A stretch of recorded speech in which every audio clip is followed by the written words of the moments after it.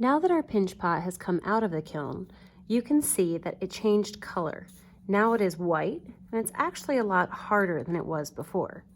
Now at this point, it's called bisqueware. And we are going to be glazing this bisqueware today. That means that we are going to be using a very special kind of paint to paint the entire thing except for the bottom. So I'm going to be using the color green. And the first thing I'm going to do is paint the entire inside green. And then I'm also going to paint the top of my pinch pot and the sides as well. My fingers might get a little bit messy in this project, and that's okay. So I'm going to go ahead and glaze everything.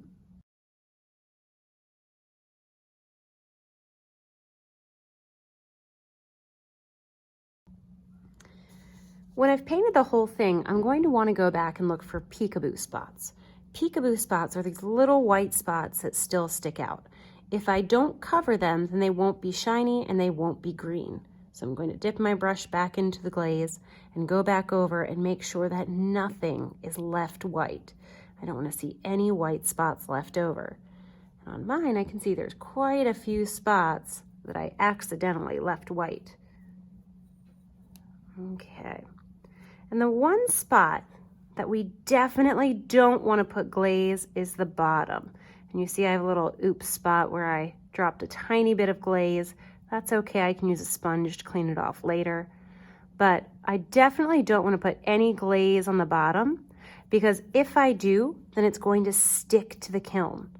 Once it goes in there, it'll be really, really hot. The glaze will start to melt a little bit and it'll stick to the kiln. So I want to make sure that I put glaze everywhere except for the bottom.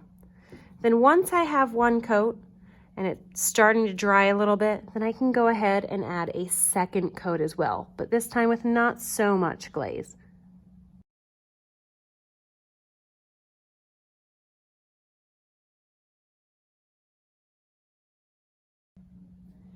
Now that I'm done with the green, I can make sure that I close my container completely, put it away. And then I also can tell that my pinch pot is pretty much dry now. It's okay if I've got a few spots that still look like this, but once it's been painted twice and it's almost dry, I can go ahead and add some details. So I'm going to pick out some other colors and put a few details on my pinch pot.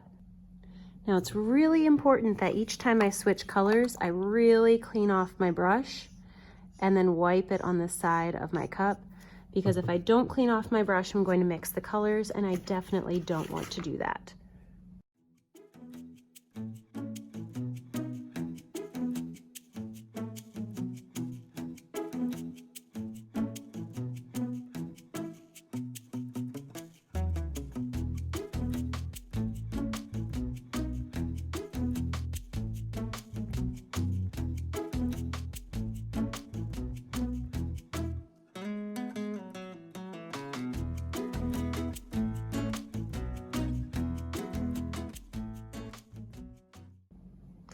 When we're completely done with our pinch pot, we're going to close all the glazes that we use, put them back inside the box, and let our pinch pots dry so that we can put them back into the kiln.